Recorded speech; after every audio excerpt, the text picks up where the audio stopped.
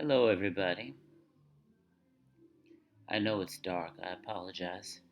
I can't change my light because I'm too damn short.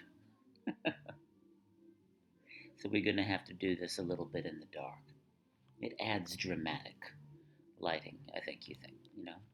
So, um, I just wanted to say something about an experience that I had recently, which is I had the privilege of reading at the Valentine's Day fundraiser for the musical, which is going to be put on later this year by Theater of the New City in New York. And the musical is called Dragita, and we need to raise a little bit of money to help put it on. We also wanted to showcase some local artists, and I was privileged to be one of those artists, being a poet and also a spoken word artist. And it was a wonderful experience, very convivial, and I valued it very much. It brought a spark of electricity to my day, and I have Terry Lee King to thank for that because he invited me to come and read the poem that I did. And he is the one that wrote the musical, Dragita. So, I wanted to say that I am very pleased with that, and it was the highlight of my week, maybe even my month. It was a great deal of fun. And now on YouTube, he has been posting links, so you can see a whole bunch of the performers that went on during that show. Uh, I was backstage, so for me, it's also a revelation because I get to see them from the front side, so that's really wonderful. Now, what I'm going to do for you today is I'm going to read to you two poems, two of them. I don't ordinarily do that, but I feel like it's a good idea. Um, they are both poems by Audre Lorde. And Audre Lorde is sort of my poetic mother. I know I'm a little white boy. But when I was a teenager and I picked up her book of collected poems and I started reading it, I thought to myself, this woman has got power of words. Oh my goodness. And she had passed by then. She died in 1992 of cancer. But her words moved me in a way that I had not been moved before. And I think that I'd like to resurrect her today in the form of a reading of two of her poems. So let's get to them.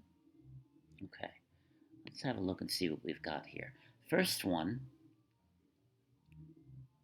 is from the House of Yemanjá. From the House of Yemanjá by Audre Lorde.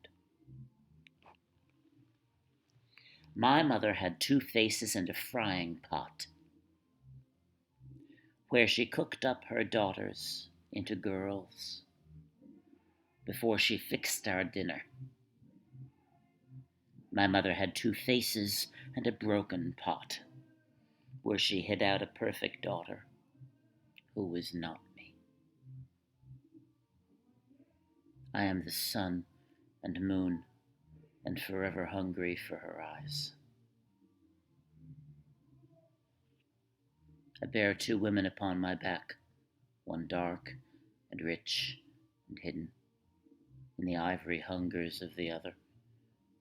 Mother, pale as a witch, yet steady and familiar, brings me bread and terror in my sleep. Her breasts are huge, exciting anchors in the midnight storm.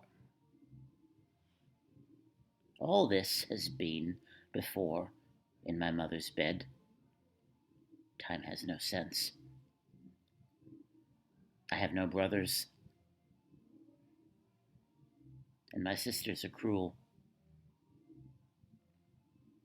Mother, I need. Mother, I need. Mother, I need your blackness now, as the August earth needs rain.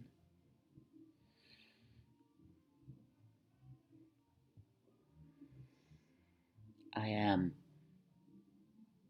the sun and moon and forever hungry, the sharpened edge where day and night shall meet and not be one.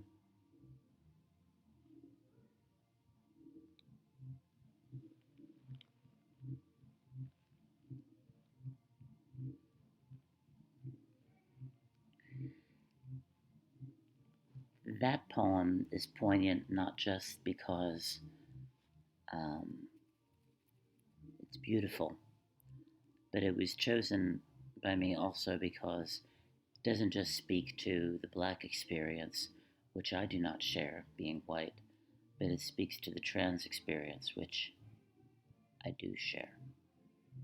So that is from The House of Yemanjá by Audre Lorde. The second poem that I'm going to read for you today is called A Litany for Survival. It's very raw. It's a very, very raw poem. It's difficult emotionally. Um,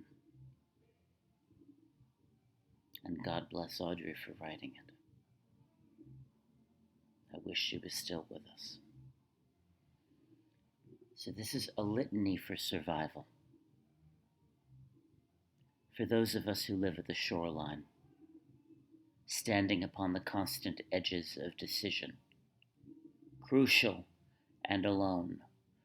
For those of us who cannot indulge the passing dreams of choice, who love in doorways, coming and going in the hours between dawns, looking inward and outward at once, before and after, seeking a now that can breed futures like bread in our children's mouths, so their dreams will not reflect the death of ours. For those of us who were imprinted with fear, like a faint line in the center of our foreheads, learning to be afraid with our mother's milk. For by this weapon, this illusion of some safety to be found, the heavy-footed hoped to silence us. For all of us, this instant and this triumph, we were never meant to survive. And when the sun rises, we are afraid it might not remain. When the sun sets, we are afraid it might not rise in the morning. When our stomachs are full, we are afraid of indigestion. When our stomachs are empty, we are afraid we may never eat again. When we are loved, we are afraid love will vanish. When we are alone, we are afraid love will never return. And when we speak, we are afraid our words will not be heard nor welcomed.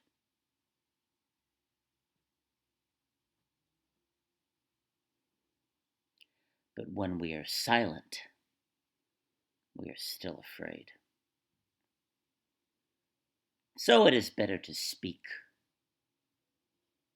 remembering we were never meant to survive.